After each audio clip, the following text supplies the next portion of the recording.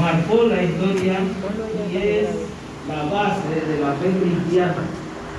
Se dice que lo único que se necesitaría para que la fe cristiana dejara de existir es evidenciar de manera segura que Cristo no resucitó, y eso es lo que no se ha podido hacer, y precisamente hoy estaremos hablando de ese tema.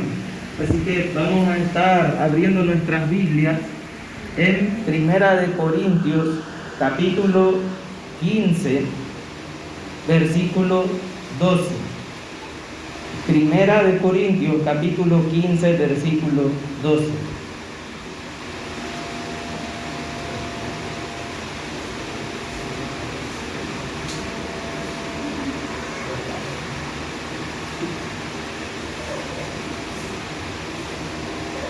Amén. Cuando lo tengan, podemos ponernos en pie y lo leemos.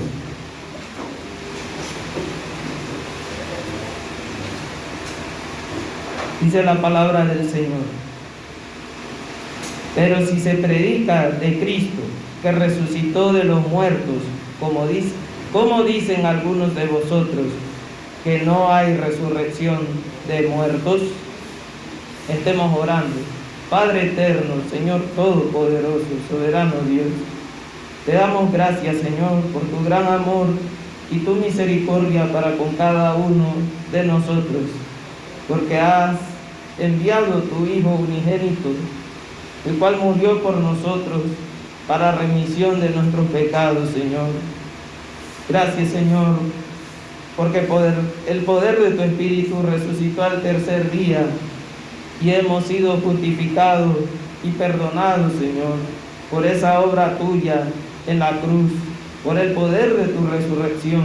Oh Dios nuestro, te rogamos que en esta tarde podamos ver la gloriosa grandeza de tu Evangelio, Dios, a través de tu palabra.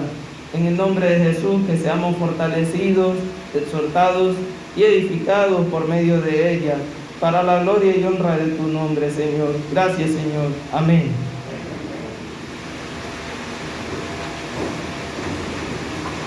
Bien, hermanos, el título que le puse al sermón de hoy es lo que implica la resurrección. ¿Qué implica la resurrección de Cristo? Y antes de ir de lleno al texto, vamos a ver el contexto de la carta a los Corintios. Algo muy importante. El contexto general de la carta, el cual quiero señalar, está en Primera de Corintios, capítulo 1, versículos 10 y 11. Dice la Biblia: os ruego pues, gracias hermano, os ruego pues, hermanos, por el nombre de nuestro Señor Jesucristo, que habléis todos una misma cosa, y que no haya entre vosotros divisiones, sino que estéis perfectamente unidos en una misma mente y en un mismo parecer. Porque he sido informado acerca de vosotros, hermanos míos, por los de Cloé, que hay entre vosotros contiendas. Ahora, ¿por qué este punto es importante a la hora de explicar este tema de la resurrección? Necesitamos saber por qué Pablo tocó ese tema. ¿Por qué era importante para Pablo tocar ese tema en ese momento? ¿Ok? ¿Y qué es lo que vemos aquí? Que Pablo fue informado por una persona que se llamaba Cloé. No sabemos si era hombre o mujer. ¿Ok? Y bueno, no exactamente por esa persona, pero podrían ser o familiares o esclavos de esta persona llamada Cloé, que viajaban desde el lugar donde estaba Pablo en el momento que escribía la carta, desde Éfeso hasta Corintios, iban y regresaban. Entonces, puesto que ellos viajaban, pudieron darse cuenta de lo que estaba pasando en Corinto, y pudieron informarle al apóstol Pablo.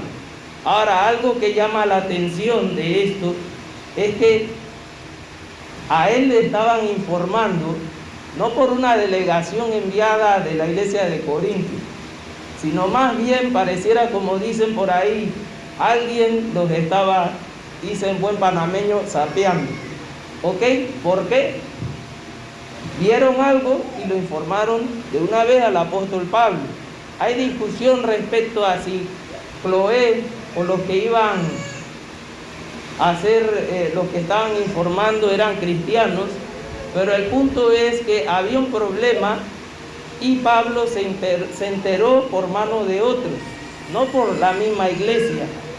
Sin embargo, vemos cómo Pablo aborda el tema. Empieza con las palabras os ruego, pues, y después utiliza la palabra hermanos. Así que vemos allí una forma entrañable, llena de sentimiento, con la que Pablo se dirige hacia ellos. ¿Ok? Pablo, sabemos que esta carta tiene mucha connotación fuerte, tiene mucha exhortación, pero Pablo nunca olvida que se está dirigiendo a la iglesia del Señor, aquellos por los cuales Cristo murió en la cruz. Y dice, os ruego, hermanos, ¿ok? Por el nombre de nuestro Señor Jesucristo. Y en este momento en que estamos recordando quién es Cristo, lo que hizo en la cruz, debemos pensar también en lo que representaba para los corintios escuchar esta palabra, por el nombre de nuestro Señor Jesucristo. Y la palabra Jesucristo indica aquel que fue enviado por Dios y se hizo hombre, porque Cristo quiere decir ungido, significa que fue puesto por Dios con una misión. Pero cuando se utiliza la palabra Jesús, se está refiriendo más, está apuntando más ese nombre a su humanidad. Dios se humilló y se hizo hombre. Y entonces dice, por el nombre de nuestro Señor Jesucristo. ¿Qué está haciendo Él? Os ruego, hermanos, que habléis una misma cosa. Ahora, ¿qué tiene que ver esto con el pasaje que vamos a abordar hoy? Que no estaban hablando una misma cosa los hermanos en Corintios. Como leímos en 1 Corintios capítulo 15, versículo 12, habían unos que estaban negando la resurrección. Y Pablo les ruega a los hermanos que hablen una misma cosa. Ahora, ya hemos visto en las enseñanzas anteriores que ha dado el pastor que habían diferencias de distintos tipos, pero esta en particular tiene una connotación tan importante, tan trascendental, que no se podía dejar pasar de largo. Entonces él les ruega que hablen una misma cosa y que no haya entre vosotros divisiones, sino que estéis perfectamente unidos en una misma mente y un mismo parecer. Porque he sido informado acerca de vosotros, hermanos míos, y repite nuevamente la palabra hermanos míos, por los de Cloé, que hay entre vosotros contiendas, hay entre vosotros divisiones. Ahora, este punto de la resurrección que estamos viendo en 1 Corintios 15, parece que también era un motivo de división. ¿Y cómo no, hermanos? No estamos hablando de un tema secundario, de un tema poco trascendental, del cual uno pueda decir, hermano, bueno, no te vas a perder si no crees en la resurrección. Eso no es tan importante. Igual todos vamos a ir al cielo si ponemos la fe en Jesús, haya resucitado o no. Mire que Pablo no lo mira de esa manera. Y para adelantarme un poco, vemos la palabra, lo que dice Pablo en 1 Corintios 15, Dice aquí, versículo 34, velad debidamente y no pequéis, porque algunos no conocen a Dios, para vergüenza vuestra os digo. Estas palabras del apóstol Pablo van en el contexto del tema de la resurrección. Aquellos que niegan la resurrección en Cristo pertenecen a ese grupo de los que no conocen al Señor. No puede ser cristiano y dudar de la resurrección de Cristo. Eso es la base, es el fundamento de la fe cristiana. Si no crees eso, no puedes ser cristiano. Es como que si yo diga, yo soy cristiano, pero no creo en la Biblia. Bueno, pero si la Biblia es el fundamento de la fe cristiana, si no crees en la Biblia, no eres cristiano. Así como no vemos a un musulmán que hable mal del Corán, o no veremos, digamos, a un judío que diga guardar toda la tradición, que hable mal de la Torá. Lo mismo pasa entre los cristianos. No puede ser cristiano y negar la resurrección de Cristo. Y Pablo lo dice, allí hay algunos que no conocen al Señor. Dice, para vergüenza vuestra lo digo. Entonces, ¿de qué estaba hablando Pablo en los versículos anteriores al versículo 12? Como repaso, hermanos, vamos a ver en el versículo 1, dice, además os declaro, hermanos, el evangelio que os he predicado. Cuando dice os he predicado, lo dice en tiempos pasados, significa que no es algo nuevo, hermanos. Es algo que ya ellos habían oído. Ellos habían escuchado al apóstol Pablo predicándole el evangelio. Esa es la forma en que Pablo introduce el tema de la resurrección como el evangelio. Y dice, el cual también recibieron. Ahora, esto es importante. Ellos escucharon el evangelio y lo recibieron. Y no solo lo recibieron, dice, en el cual también perseveráis. Ellos se habían mantenido firmes en ese evangelio. Ustedes lo escucharon, lo creyeron y han perseverado en él. Se han mantenido firmes creyendo ese evangelio. Entonces, Pablo parte de una base, el evangelio. Yo se lo prediqué, ustedes lo recibieron y se han mantenido en él. Y entonces miren otra vez el versículo 2, por el cual asimismo, si retenéis la palabra que os he predicado, sois salvos, si no creísteis en vano. Ok, significa que ese evangelio, si no es cierto, si ustedes no lo retienen, si no creen eso que ya les prediqué, si ustedes se desvían de ese evangelio que ya escucharon, fue por gusto, como decimos en buen panameño, por gusto creyeron, por gusto es todo lo que están haciendo. En vano creísteis. Si ustedes no pertenecen, no perseveran, no se arraigan, no agarran fuertemente esta doctrina, es por gusto que creyeran. Y eso implica que fue por gusto toda la persecución por la cual pasaron los cristianos del primer siglo. Entonces, ellos se habían mantenido firmes y habían perseverado en el evangelio. En los versículos del 3 a 4 habla de que Cristo murió por los pecados. O sea, él empieza a describir el evangelio, que Cristo murió por los pecados conforme a las escrituras. Y ahí hay una referencia a Isaías 53 del 5 al 12, que habla cómo el Señor murió. Dice que también fue sepultado Ahí vemos en Isaías, por ejemplo, Isaías 53:9, que explica cómo fue sepultado. Dice que se dispuso entre los pecadores su sepultura, pero fue con los ricos su muerte.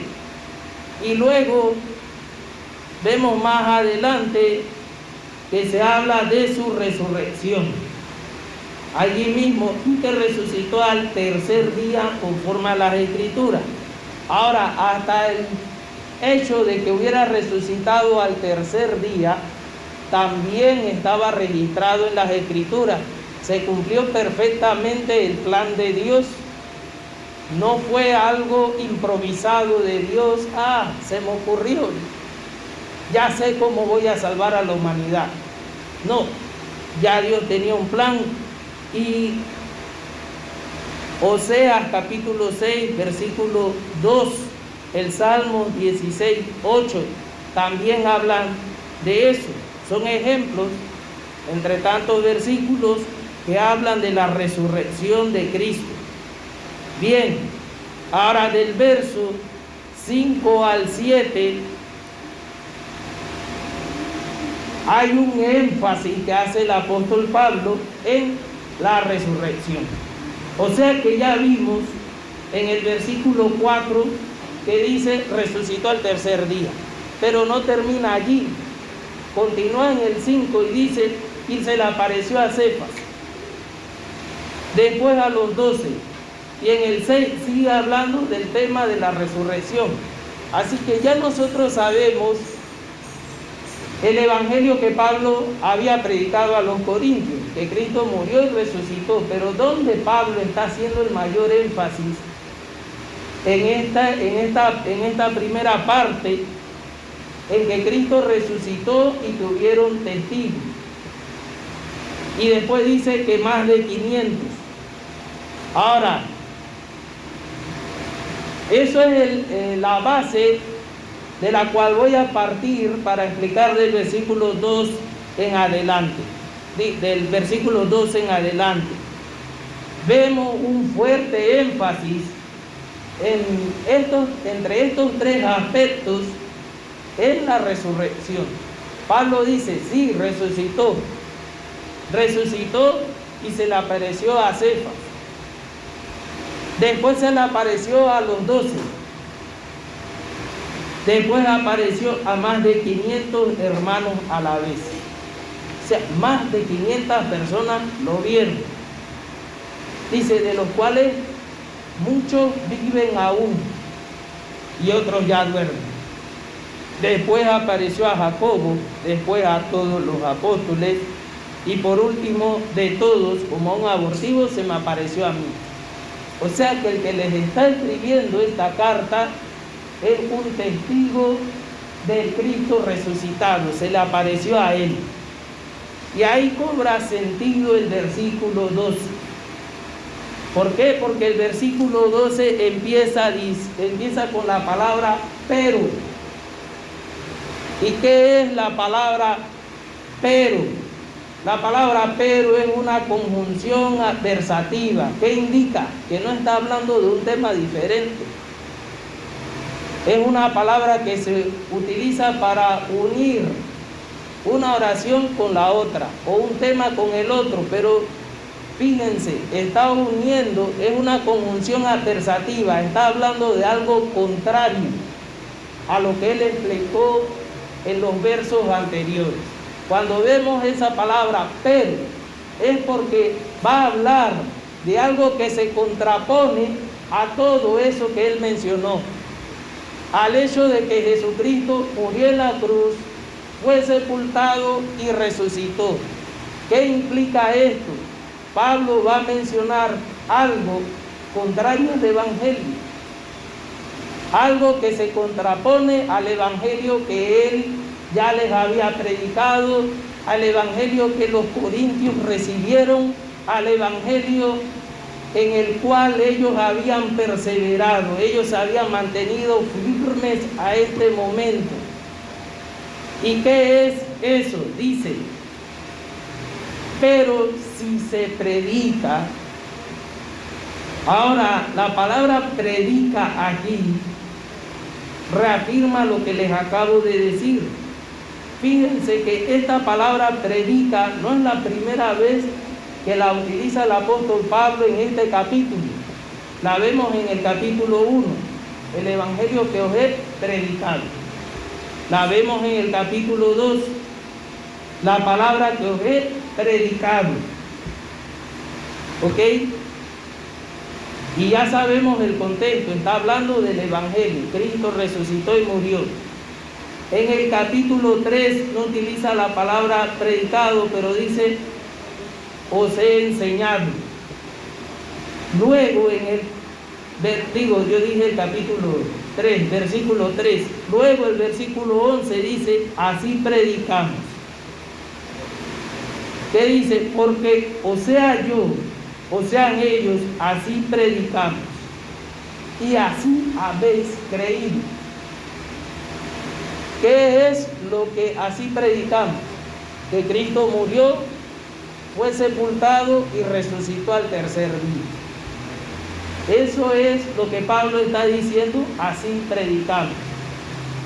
Pero no termina ahí el versículo 11, dice, así ustedes, Corintios, la iglesia del Señor, los santificados, así habéis creído. Si ustedes no permanecen firmes en eso que dice Pablo, creísteis en vano. Recordemos las palabras del apóstol Pablo a los Gálatas. Si alguno predica otro evangelio, que es anatema. Entonces, ¿qué vemos aquí, hermanos? Porque si se predica, y ya vemos que se repitió esa palabra, ¿qué es lo que se predica? Porque si se predica que Cristo que resucitó de los muertos, ¿cómo dicen algunos entre vosotros que no hay resurrección de los muertos? Y fíjense, dice algunos entre vosotros. Ahora tomemos en cuenta eso. Esos algunos entre vosotros podrían ser personas de mucha influencia, de mucho conocimiento filosófico, de mucha capacidad de convencimiento. ¿Ok? ¿Y por qué digo esto, hermanos? Respecto a la capacidad de convencimiento, voy a adelantarme un poco a un verso que iba a mencionar después. Hechos capítulo 17, versículo 18. Hechos capítulo 17, versículo 18. Dice la Biblia, y algunos filósofos de los epicúreos y de los estoicos disputaban con él. Eso es cuando Pablo está en Atenas. ¿Ok? Dice que cuando él estaba en Atenas, habían unos filósofos, de los epicúreos y de los estoicos discutiendo con Pablo. Y uno decía, ¿qué querrá decir este palabrero? Y otros, parece que es predicador de nuevos dioses, porque les predicaba el evangelio de Jesús y de la resurrección. Ahora, ¿creen que eso es coincidencia? No solo dice, les predicaba el evangelio de Jesús, sino termina diciendo el evangelio de Jesús y de la resurrección. ¿Por qué Lucas enfatiza, no deja pasar por alto ese tema específico, la resurrección? ¿Acaso no sabemos que la resurrección es parte del evangelio? ¿Por qué pareciera que lo está mencionando por separado? No es que la resurrección sea algo separado del evangelio o algo secundario, sino que lo que quiere decir aquí, que hay un tema específico en el mensaje del evangelio que estaba causando contradicción, que estaba causando discusión entre estos filósofos, específicamente el tema de la resurrección. ¿Ok? En la clase pasada el pastor explicaba respecto a una filosofía que es el dualismo. Había mucha influencia. Ellos estaban en una ciudad griega, un istmo que tenía mucha influencia. ¿Ok? Y entonces, si ustedes ven la carta a los Corintios, ellos fueron influenciados por muchas cosas de su cultura. Muchas cosas de su cultura. La palabra corintiar indicaba libertinaje. Era utilizada para referirse a el tipo de cultura que tenían ellos. Eran libertinos. Era una ciudad perdida en el pecado. Entonces, ya hemos visto cómo todos los desórdenes que habían en la iglesia tenían que ver mucho con el contexto cultural. Ahora, el tema de la resurrección, una doctrina tan fundamental que representa el Evangelio, que es parte del mensaje del Evangelio, estaba siendo atacado en la iglesia de Corintios. Y aquí vemos otro ejemplo de una ciudad griega que es Atenas, donde los filósofos griegos, los epicúreos y los estoicos discutían con Pablo específicamente ese tema de la resurrección, porque para ellos eso no era algo aceptable, eso no era algo normal. Estamos hablando, digamos que yo soy un filósofo griego y me dicen que un cuerpo que de alguien muerto que se empieza a podrir, no estoy hablando de Jesús, estoy hablando de cualquier cuerpo de alguien que muere, y se empieza a deshacer la carne, todo, y vuelve al polvo. Alguien me está diciendo que eso va a revivir. Ahora, si yo soy un filósofo griego, yo me imagino de que, bueno, si logra levantarse de nuevo, ese cuerpo va a ser una especie de zombie. De zombie porque el cuerpo no puede ser igual. Yo estoy viendo al cuerpo que se está pudriendo, que huele mal. ¿Qué es lo que Pablo viene a hablarme aquí? Él está hablando locura. ¿Cómo yo voy a entender eso? ¿Cómo mi intelecto humano es capaz de aceptar que alguien resucita?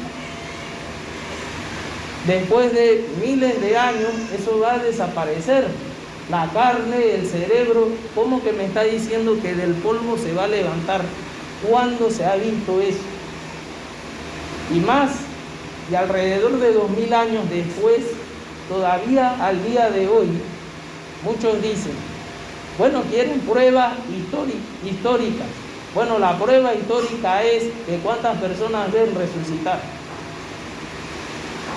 Los cristianos dicen que Cristo resucitó. Están diciendo de que no hay pruebas de que no resucitó. Bueno, yo tengo una prueba histórica. ¿Cuánta gente ustedes ven resucitar? Ahora, el punto aquí, hermanos, es que, de acuerdo a lo que el texto que les leí de Pablo, cuando dice, algunos de ustedes no conocen al Señor, ¿por qué razón? ¿Cuál es la evidencia de que conocemos al Señor? O una de las evidencias, el hecho de que hemos podido creer sin dudar la resurrección de Jesucristo. ¿Ok? Es ese hecho. Y entonces vemos aquí, en el verso 31 al 32 de este mismo capítulo de Hechos 17,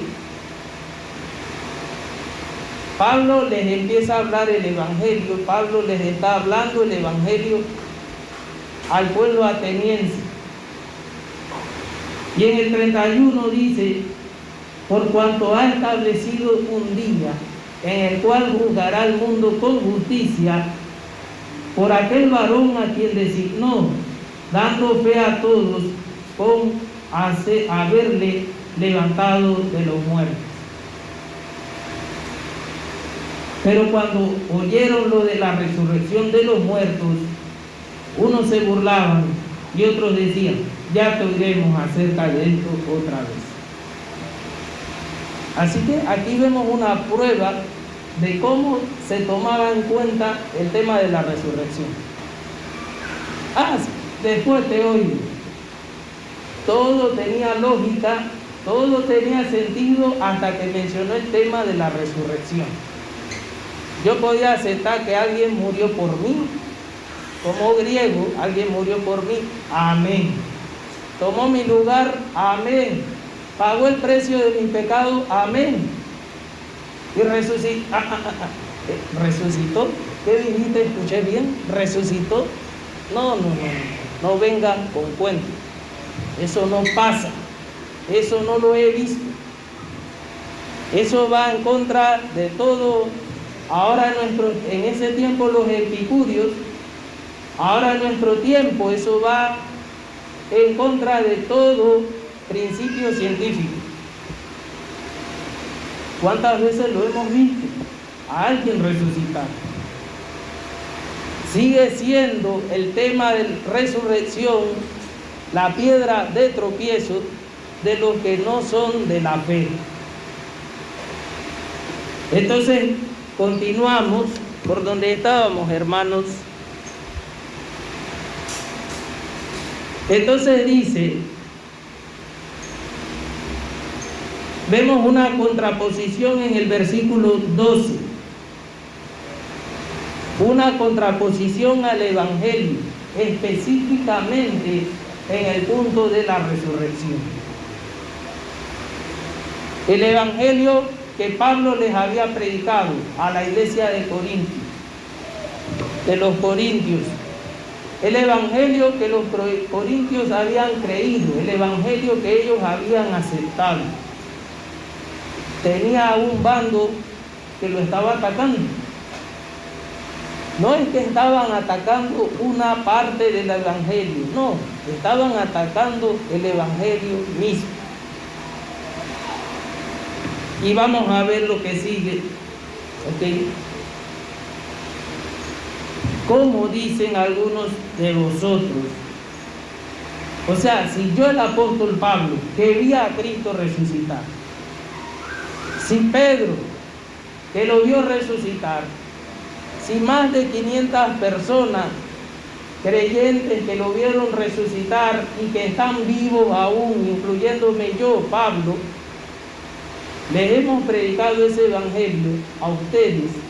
O sea, ustedes son iglesia porque creyeron esa palabra. Estamos reunidos aquí porque hemos creído que Cristo resucitó. Si eso es así, ¿cómo es que hay algunos entre ustedes que no creen el evangelio, no creen que Cristo resucitó? Ahora ustedes de repente pensarían, no, entre nosotros dudo que algún hermano ponga en duda eso.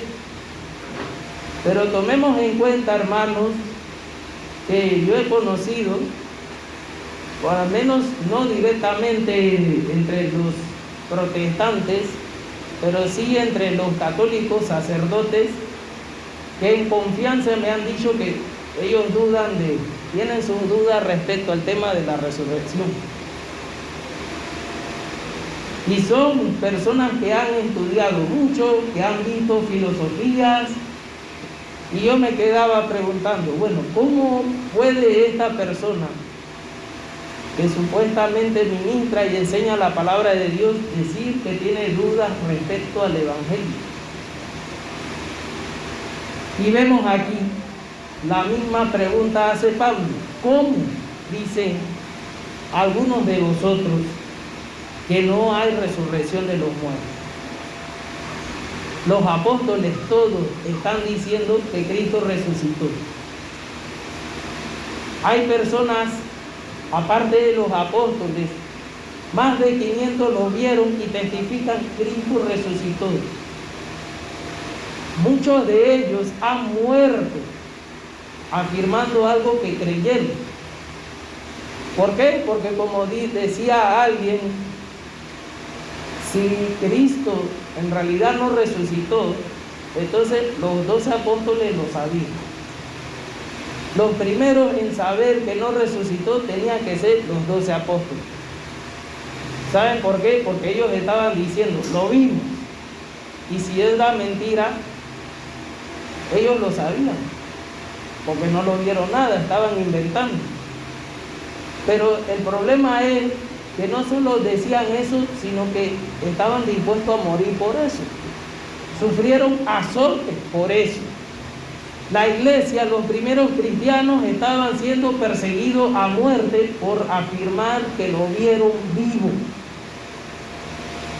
¿Qué pasó cuando los apóstoles pensaban que Cristo no había resucitado? Bueno, vámonos a pescar de nuevo.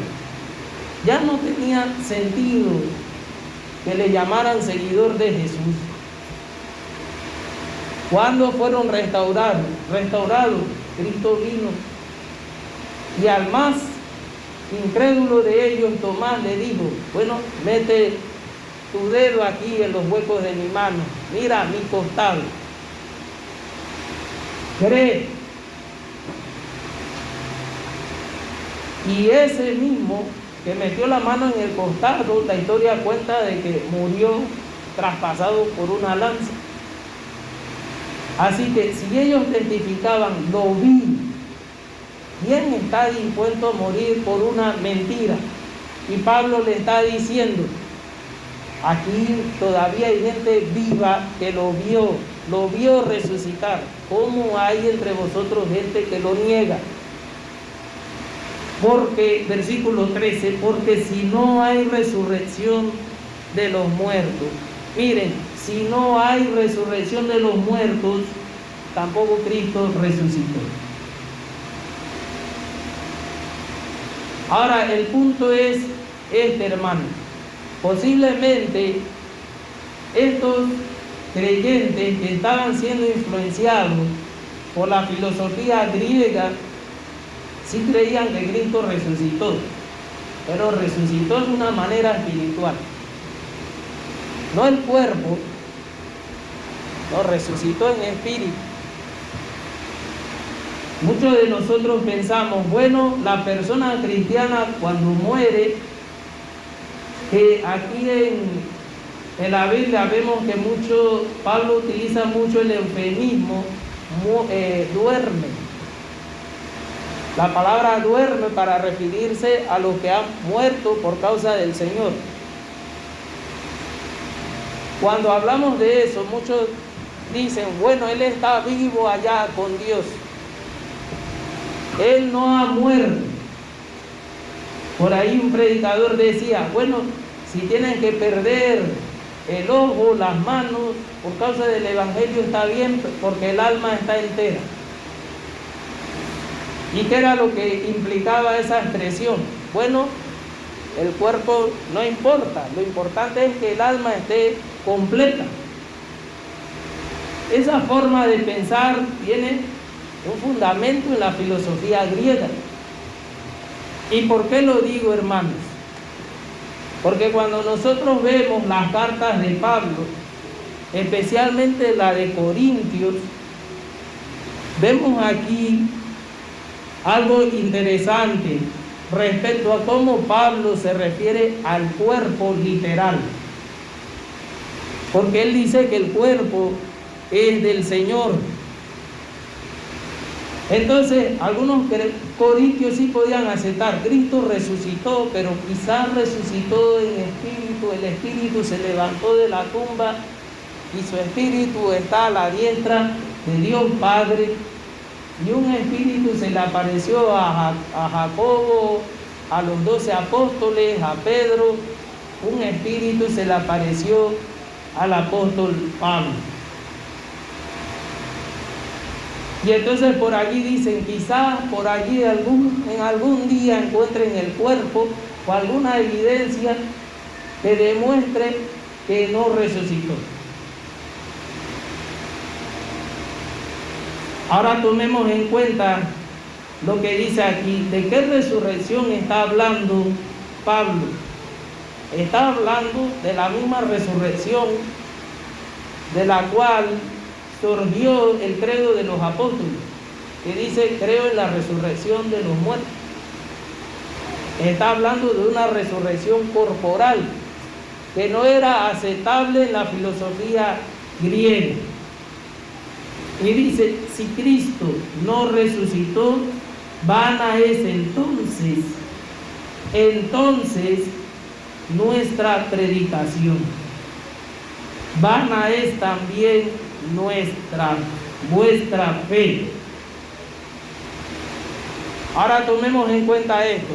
El versículo 13 dice que si no hay resurrección de los muertos, es decir, de nosotros los creyentes en Cristo, si nosotros no vamos a resucitar, si cuando morimos se acaba todo, entonces tampoco Cristo resucitó.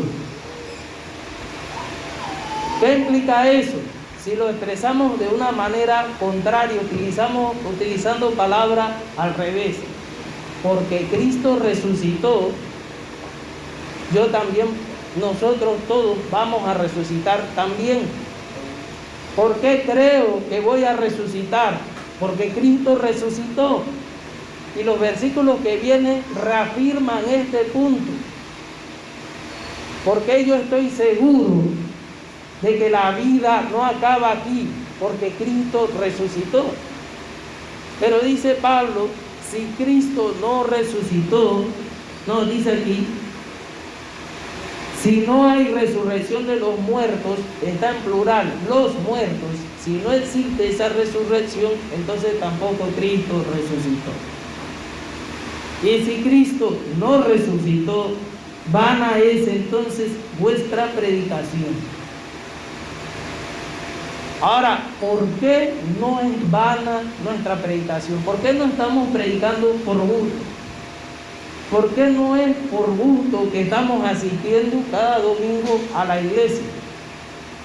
Y fíjense, especialmente los domingos tienen un lugar especial en la reunión de los cristianos. Porque un domingo, al tercer día, Cristo se levantó de entre los muertos y venció la muerte. ¿Pero por qué tiene importancia eso? Dice, si Cristo no resucitó, vana es entonces nuestra predicación. Todo lo que les enseñé a ustedes respecto de que Cristo murió, de que somos justificados por la fe, la regeneración, todo eso se cae por tierra si negamos que Él se levantó corporalmente de entre los muertos. Solamente atacamos ese punto del Evangelio y ya nada tiene sentido.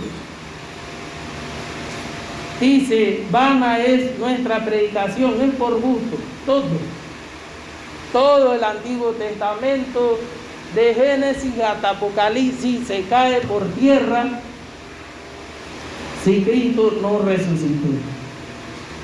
Ahora miren el orden. Si los muertos no resucitan, Cristo no resucitó. Y si Cristo no resucitó, todo lo que se predicó es por gusto. Todo lo que hemos creído es vano.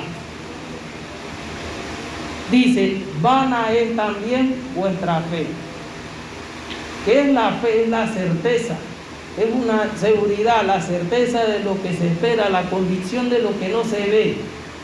Bueno, eso también, esa seguridad que tiene, es algo que no vale nada. No tiene ningún valor. Por gusto creíste. Fue en vano.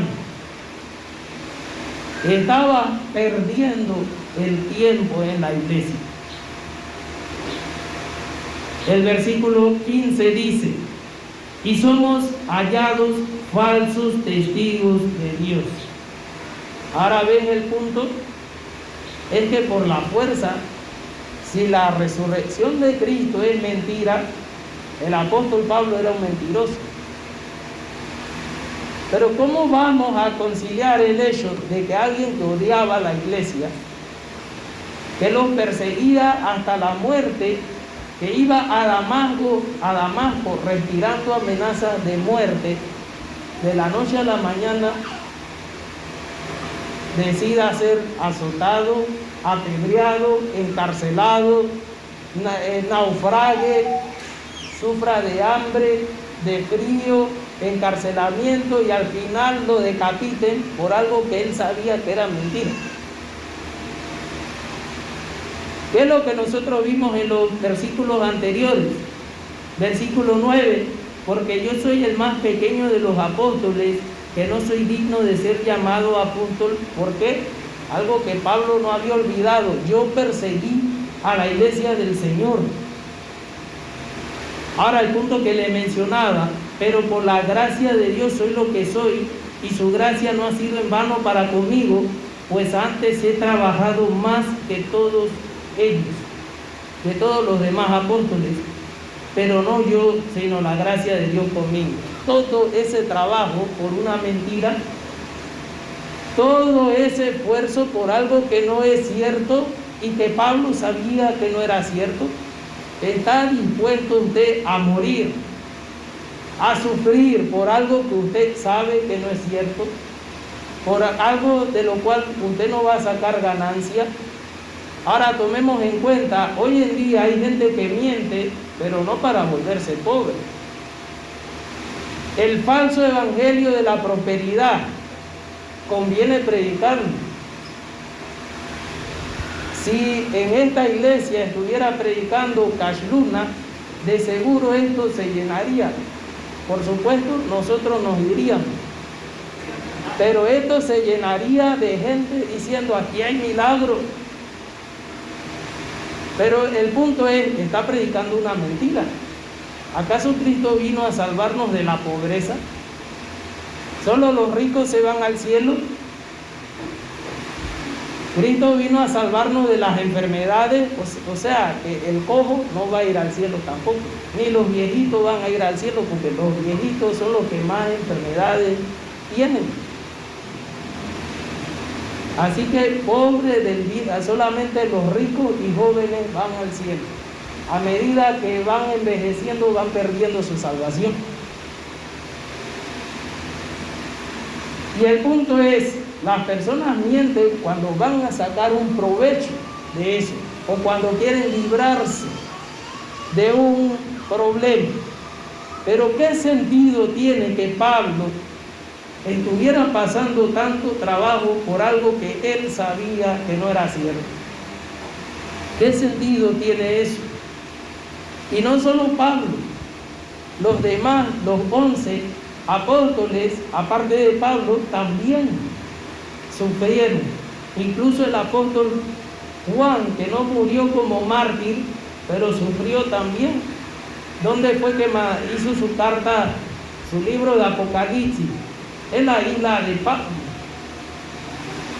Y cuenta la historia que fue tirado en una olla ardiendo, hirviendo. Así que él tenía las marcas del sufrimiento por algo que era mentira.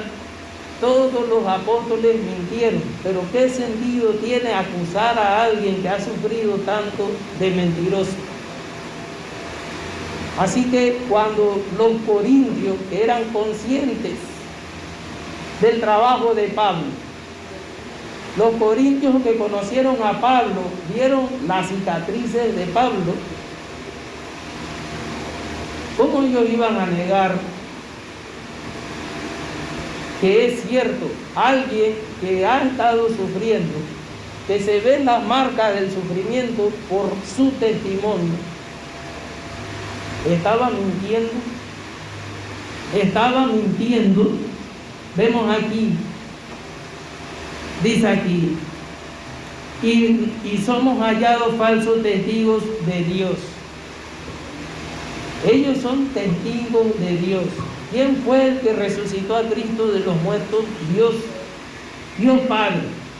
Dice, porque hemos testificado de Dios que Él resucitó a Cristo, el cual no resucitó, si en verdad los muertos no resucitan. Si usted y yo, como cristianos, no vamos a resucitar nunca, entonces es mentira que Cristo resucitó y yo estoy dando un testimonio falso respecto a Dios. Un testimonio fraudulento, una mentira. Ahora, si nosotros vamos a Deuteronomio 19:15, allí habla de cuántos testigos se necesitan para que un veredicto, un juicio se haga firme. Tiene que haber 2 o más testigos. Con un solo testigo no se podía dar un veredicto firme de algún acontecimiento. Tenía que haber 2 o más testigos. Pero aquí no tenemos 2 o más, aquí tenemos más de 12, más de 500 personas que lo vieron resucitar y estuvieron dispuestos a morir por eso. Y dice aquí, porque si los muertos no resucitan, tampoco Cristo resucitó. Ahora, esta palabra es una repetición. ¿No la leímos ya en el versículo 13? Versículo 13. Porque si no hay resurrección de los muertos, tampoco Cristo resucitó. Ahora vamos por el 16. Porque si los muertos no resucitan, tampoco Cristo resucitó.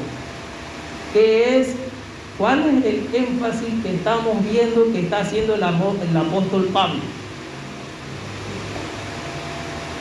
Si nosotros de verdad resucitamos, es porque Cristo resucitó. Eso está ligado.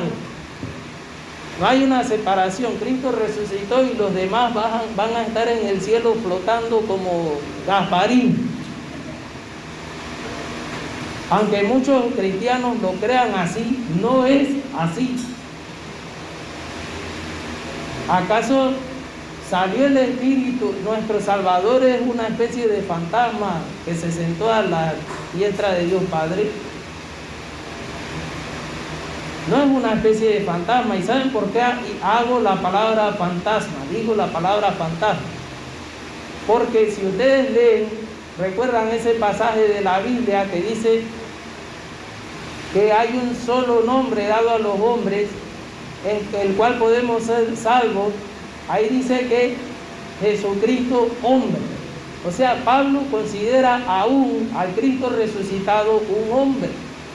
Y un hombre tiene cuerpo y tiene alma, tiene espíritu. Así Dios creó al hombre. Al ser humano, a Adán y Eva, Dios le dio un espíritu y les dio un cuerpo. Esa es la cualidad de un ser humano. Ahora, ¿por qué Cristo intercede por nosotros al Padre? Porque es Dios y también es hombre. Es hombre. Hay un solo mediador entre Dios y los hombres, que es Jesucristo hombre. Hoy Dios, Jesucristo resucitado, es hombre.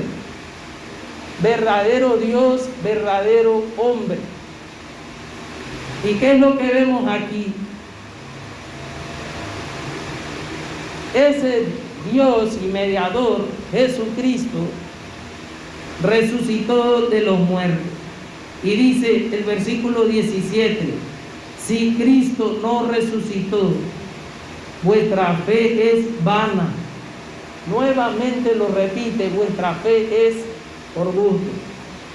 Y miren este punto importante, aún estáis en vuestro pecado. Usted diría, no hermano, pero ya Él murió, pagó el precio de los pecados. ¿Qué importa el punto de que si resucitó, si ya pagó el precio, ya soy salvo? No, si Jesucristo no resucitó, usted está en su pecado todavía. Tu fe es vana, es por gusto y todavía te vas a ir al infierno. O sea que no hay opción, o crees en la resurrección. Si crees en la resurrección de Cristo, eres salvo.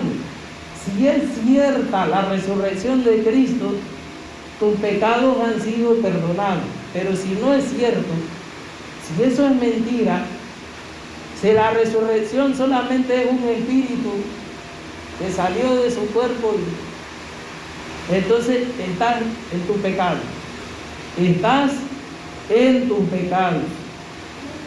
No puedes hablar del tema que estamos hablando, justificación y regeneración. Se cae por tierra. Todavía estás en tu pecado.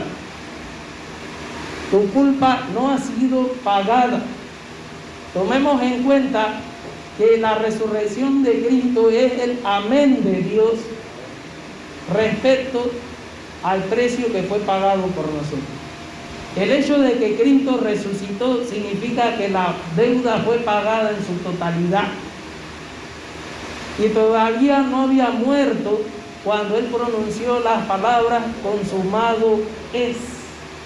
Él pagó el precio en su totalidad, pero murió y resucitó. La evidencia de que nuestros pecados han sido perdonados es que Él resucitó. Si Él no resucitó, todavía estamos en nuestros pecados. Vamos a ver lo que sigue. Vuestra fe es vana, si Cristo no resucitó, vuestra fe es vana y aún estáis en vuestros pecados. Entonces también los que durmieron, recuerden, es un eufemismo, significa aquellos que han muerto en Cristo, con su fe puesta en Jesucristo, dice, y si Cristo, entonces también los que durmieron en Cristo, ¿qué? Perecieron. ¿Qué significa eso? No es como algunos piensan, bueno, los cristianos vamos a estar en el cielo como Gasparín, puros espíritus flotando. No. Si Cristo no se levantó corporalmente de entre los muertos, esos que murieron con su fe puesta en Él, el apóstol Pablo que murió, todos los cristianos que han muerto a través de la historia, que estuvieron en el Coliseo Romano, todos ellos perecieron. Su historia se acabó allí. Allí se acabó la historia. Hoy en día hay sectas que dicen que cuando una persona muere ya se acaba todo, excepto por los cristianos. Pero no voy a ahondar en eso. Pero el punto es, hermanos, que si Cristo no resucitó, todos los creyentes que han muerto antes de nosotros, y Isaac, y Abraham y Jacob, que también murieron saludando la promesa, están muertos. Ahora, Jesucristo también habló de la resurrección de los muertos. Él creía en la resurrección de los muertos. Y él citó esas palabras que están escritas: yo soy el Dios de Abraham, de Isaac y de Jacob. Dios es un Dios de vivos y no de muertos. Esos creyentes, tanto del Antiguo Testamento como los que ahora hemos pasado a formar parte del pacto de la gracia, todos tenemos esperanza, no de resurrección, tenemos esperanza de resurrección porque Cristo resucitó. Y dice aquí, entonces, si Cristo no resucitó, versículo 18, entonces también los que durmieron en Cristo perecieron. ¿Ok? No están flotando en el cielo ni nada. Ya se acabó la historia de su vida. Allí terminó todo. Si en esta vida, ok, ahora también miremoslo de otra manera. Puesto que Cristo resucitó, los que durmieron, aquellos que murieron en Cristo, no han perecido. No han perecido, ellos duermen. Ellos duermen, hay una esperanza para ellos. Hay una esperanza para cada creyente que murió con su fe puesta en el Salvador. ¿Por qué? Porque Cristo resucitó. 19. Si en esta vida solamente esperamos en Cristo, somos los más dignos de conmiseración de todos los hombres. Miren, dice, si en esta vida solamente. O sea que yo estoy esperando en el Señor mientras esté vivo. El día que me muera ya se acabó la historia. Cristo resucitó. O sea, yo puedo creer que Cristo resucitó, pero yo no. Y Él va a venir en su reino. Y si estoy vivo en la segunda venida de Cristo, gloria a Dios, voy a estar en el reino de Él. ¿Ok? Pero si no hay resurrección de los muertos, todo lo que estamos haciendo es en vano. Dice, somos los más dignos de conmiseración de todos los hombres. La fe cristiana es miserable si no es cierto que Cristo resucitó. Es vana, no tiene sentido. Y entonces vemos aquí, mas ahora Cristo ha resucitado de los muertos. Mas ahora Cristo ha resucitado de los muertos, primicia de los que durmieron. Ahora fijémonos en todo este pasaje del 12 al 19, está hablando en términos negativos. Si Cristo no resucitó, si no hay resurrección, ¿ok? Si los muertos no resucitaran, versículo 17, si no resucitó, y 19, si en esta vida solamente. Ahora viene la expresión en términos positivos, mas ahora Cristo ha resucitado de los muertos, primicia de los que durmieron ellos. ¿Qué indica eso? ¿Qué es la primicia? La primicia es el primer fruto que sale de lo que se sembró. ¿Ok? Son los primeros frutos. Cristo es el primer fruto de la resurrección. Ahora cualquiera diría, bueno, antes de Cristo hubieron otras resurrecciones. Resucitó Lázaro, por ejemplo, y la muchacha que también resucitó.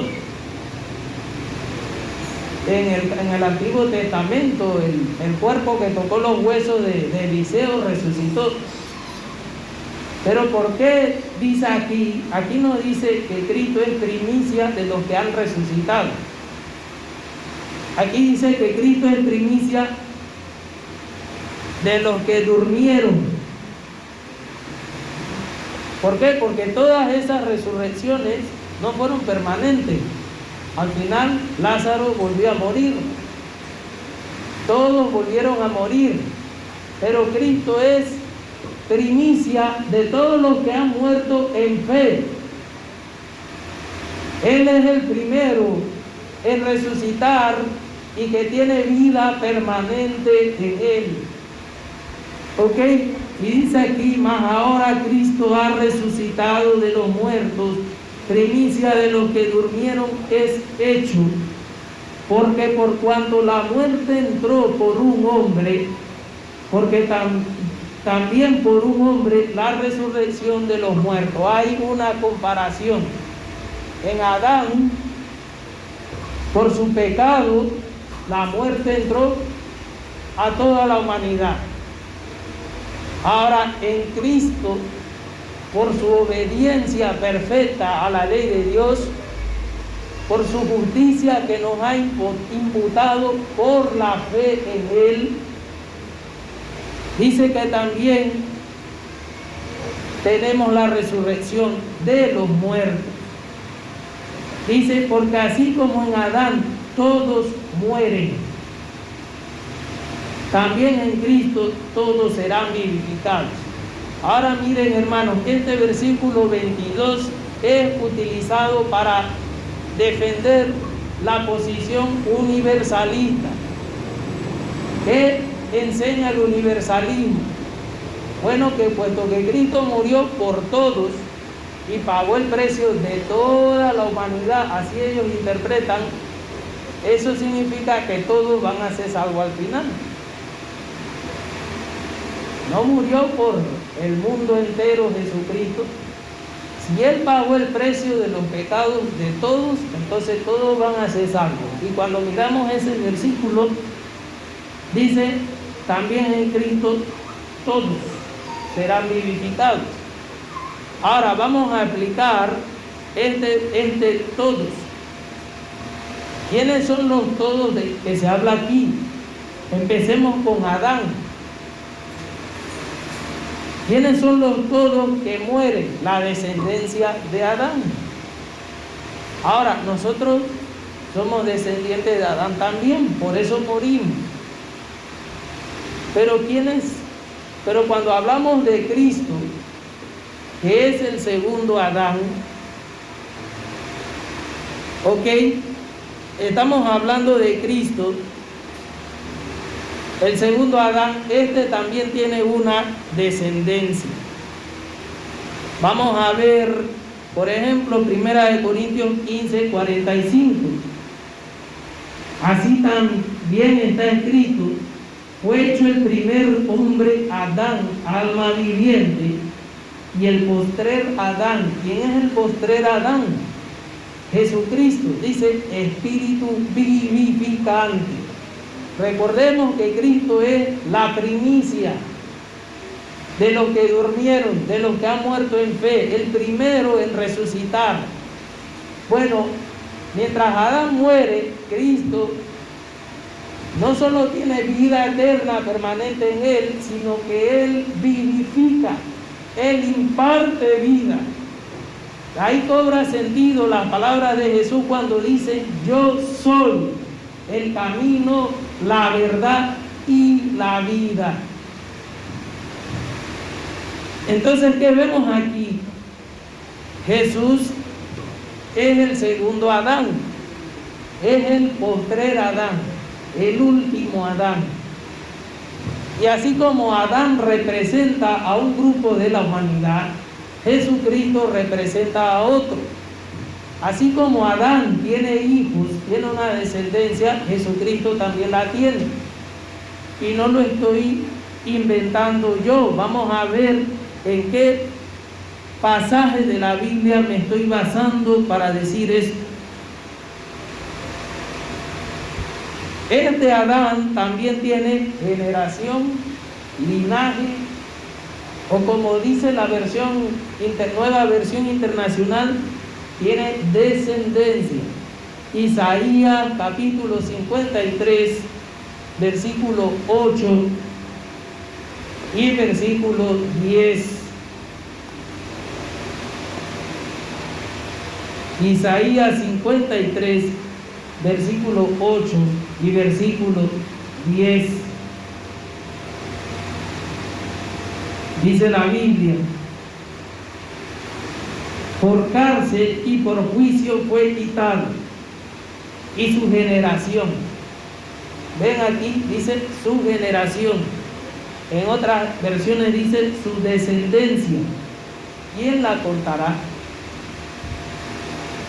Cuando dice quién la contará, aquí está diciendo que Jesucristo fue tratado de esa manera y su descendencia no fue tomada en cuenta. ¿Quién la va a contar? Lo mataron. Dice, porque fue cortado de la tierra de los vivientes y por la rebelión de mi pueblo fue herido. Así que este Jesucristo tiene una descendencia, tiene una generación. Y cualquiera diría, pero él no tuvo hijos. Nosotros somos su descendencia. ¿Qué vamos a ver? Versículo 10. Con todo eso, Jehová quiso quebrantarlo, sujetándole a padecimiento, cuando haya puesto su vida en expiación por el pecado. Que ahí es donde entra el Evangelio. Cristo murió. Dice, verá linaje. Cuando Él haya puesto su vida en expiación, verá linaje. En la versión internacional dice, verá descendencia. ¿Quiénes son esa descendencia? los que hemos sido justificados por la fe en Él. Porque somos justificados por la fe en Él. Su justicia ha sido imputada a nosotros. Entonces, todos del versículo 22 se refiere específicamente a los que han ejercido su fe en Cristo. Versículo 23, ok, dice, no, el 22, también en Cristo todos serán vivificados. Cristo es la vida. El que ha creído en Cristo, miren, está en futuro, serán vivificados. No está hablando del milagro de la regeneración aquí, está hablando del milagro de la resurrección. Seremos vivificados. Vamos a resucitar. Amén. Así también vosotros. Ok. Dice, pero cada uno a su debido orden. Cristo las primicias. Ok, esta coma que ven aquí no es para una pausa. Ok. Como vimos en el versículo 20, cuando habla de las primicias se refiere a Cristo. En el versículo 23 no se sale del contexto, sigue hablando de Él. Dice que a su debido orden, Cristo las primicias, o sea, el primero en resucitar, después los que son de Cristo en su venida. Los que son de Cristo en su venida somos todos los creyentes que hemos muerto creyendo en Cristo. Ahora, nosotros estamos vivos. Si usted y yo morimos, somos parte de ese todos. Ahora, usted dirá, los que no han muerto todavía. En los versículos más adelante explica de manera clara acerca de los que no han muerto. Pero no me quiero adelantar, por eso, porque sé que ya lo mencionan los versículos más adelante. Entonces, primero Cristo resucita, después los que han creído en Él en su venida, los que son de Cristo en su venida. ¿Ok? Ahí cobra sentido cuando dice todos serán vivificados. ¿Quiénes son ese todos? Los que son de Cristo. En su venida, esos serán los que serán vivificados. Luego el fin. Ahora tomemos en cuenta que habla después de la resurrección de los muertos viene ¿qué? El fin. ¿Por qué? ¿Por qué lo digo? Cuando llegó el 2012 hasta hicieron una película, El fin del mundo. 1999 muchos decían, se acerca el fin. ¿Ok? Pero cuando vemos esta palabra aquí, estamos hablando de una doctrina que le diríamos doctrina escatológica del fin de los tiempos, lo que va a pasar al fin. O sea, todo va a culminar, todo se va a consumar, todo el plan de Dios cuando seamos resucitados, cuando Cristo venga en su venida y todos los creyentes en Cristo seamos levantados de entre los muertos. A eso se refiere con el fin. Y dice, luego el fin cuando entregue, o sea, ¿cuándo será el fin? Cuando entregue el reino al Dios y Padre. Cuando haya suprimido todo dominio y toda autoridad y potencia. Ahí está explicando cuándo viene el fin. Ahora, tomemos en cuenta algo antes de continuar en este punto. Esto que estamos hablando de que Cristo va a suprimir todo dominio y toda potencia, solo tiene sentido porque Cristo resucitó. Si Cristo no resucitó, si Cristo solamente es un fantasma poderoso, estas palabras de aquí no tienen sentido. ¿Saben por qué? Porque Cristo es el segundo Adán. Ahora, ¿es un segundo Adán Gasparín? ¿Es un segundo Adán muerto? No, es un hombre vivo. Es Dios con nosotros, que se hizo hombre e intercede por nosotros a la diestra de Dios Padre. Y ese hombre, el que está ocupando el lugar de Adán, donde Adán fracasó, dice aquí que va a entregar el reino a Dios Padre. ¿Qué significa? Que Jesucristo en este momento tiene el reino. Recordemos las palabras de Jesús en Mateo, capítulo 28, cuando dice: toda potestad me es dada. ¿Qué significa esa potestad? Dominio. El dominio, el poder, el reino le es dado a Jesucristo. ¿Ok? Jesucristo resucitado, Él está reinando a la diestra de Dios Padre. Pero dice que cuando todo se cumpla, cuando el plan perfecto de Dios llegue a su cumplimiento perfecto, todo se cumpla, Él va a entregar el reino a Dios, al Dios y Padre, cuando haya suprimido todo dominio, toda autoridad y toda potencia. Ahora podemos entender esa palabra, dominio, autoridad y potencia, refiriéndonos a todos los gobiernos del mundo. También podemos entender dominio, autoridad y potencia a esa expresión hebrea que se refiere a las huestes celestiales, dominios celestiales, potestades demoníacas. Pero fíjense, hermanos, que la una no está separada de la otra. Nosotros leemos en el libro de Daniel, cuando habla de las potencias de Persia, de Grecia y de Babilonia. Todos eran imperios paganos, gobernados, dominados por potestades demoníacas. Solo el pueblo de Israel estaba de parte de Dios. Y nosotros, los creyentes, pertenecemos al reino de Dios, pertenecemos a otro dominio, a otro reino. Por eso Jesús decía: el reino de los cielos se ha acercado, arrepentidos y convertidos. Por eso Pablo decía: somos embajadores. Ahora, si ustedes recuerdan lo que vieron la película esa de Esparta, llegaron los persas y le dijeron a los espartanos, diciendo que se rindieran, ¿no? Y al final los espartanos dijeron: esto es Esparta, y dice que los tiraron. Bueno, esos eran embajadores. Nosotros somos embajadores de Cristo, en el mismo sentido que lo eran los persas.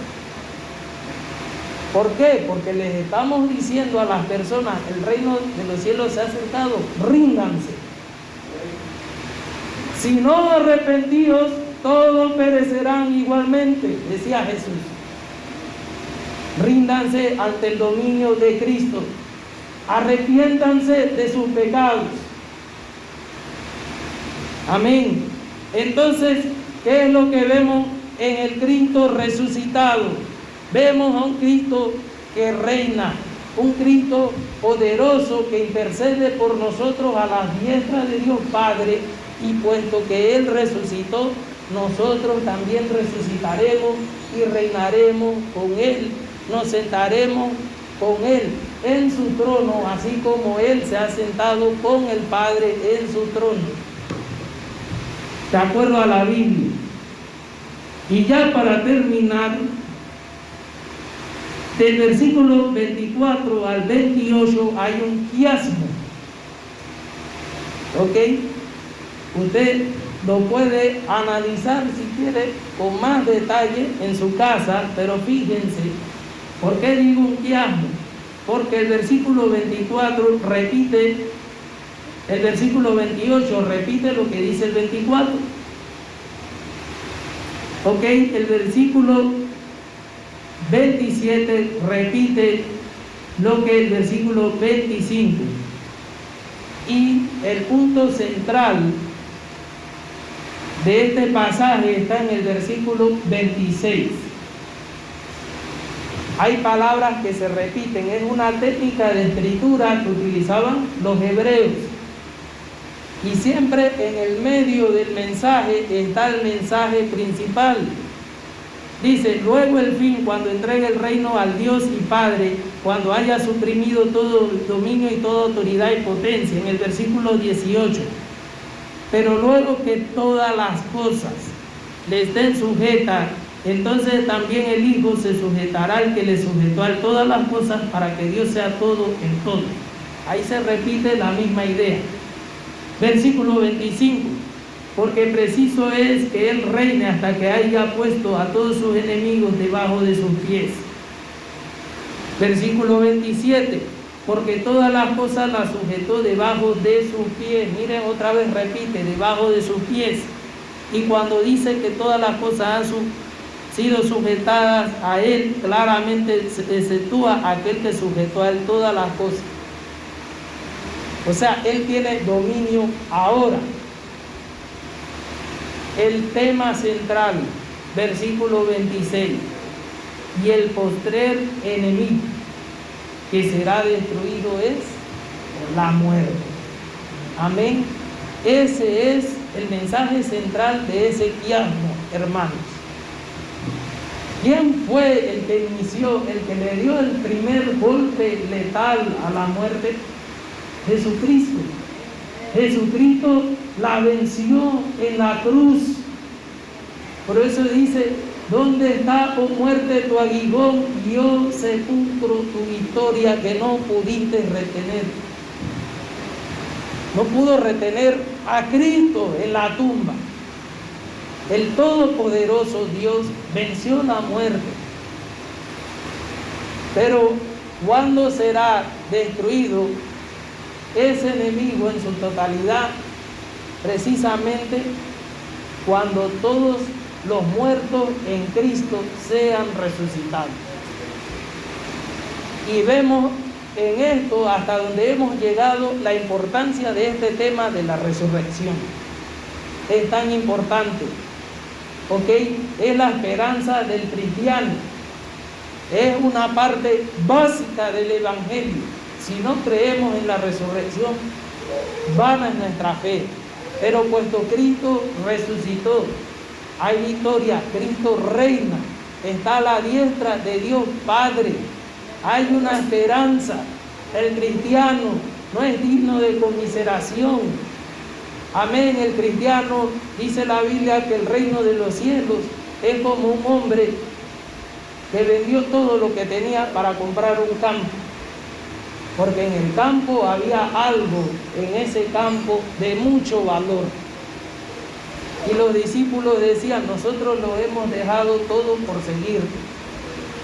Y Jesús le decía que todos aquellos que han dejado padre y madre por causa del Señor, específicamente los que han seguido al Señor, dice que recibirán, o sea, mucho más que el doble en esta vida y en la próxima vida, la vida eterna.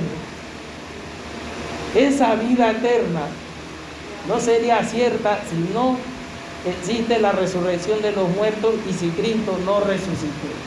Amén.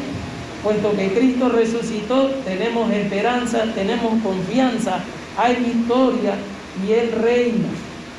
Y mientras todos los demás personas en este tiempo de pandemia están hablando del dominio mundial, el gran reset, nosotros estamos confiados. Puede venir una tormenta y nos abanicamos tranquilos. ¿Y por qué estás tranquilo, cristiano? Porque Cristo reina. El dominio es de Él.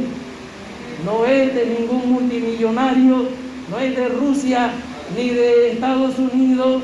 El reino es de Él, de Cristo. Amén. Y por eso confiamos, por eso estamos seguros.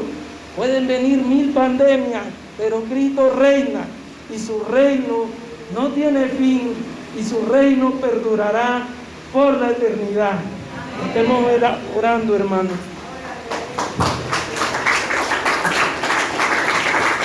Padre nuestro, soberano Dios, Te damos gracias por tu gran amor.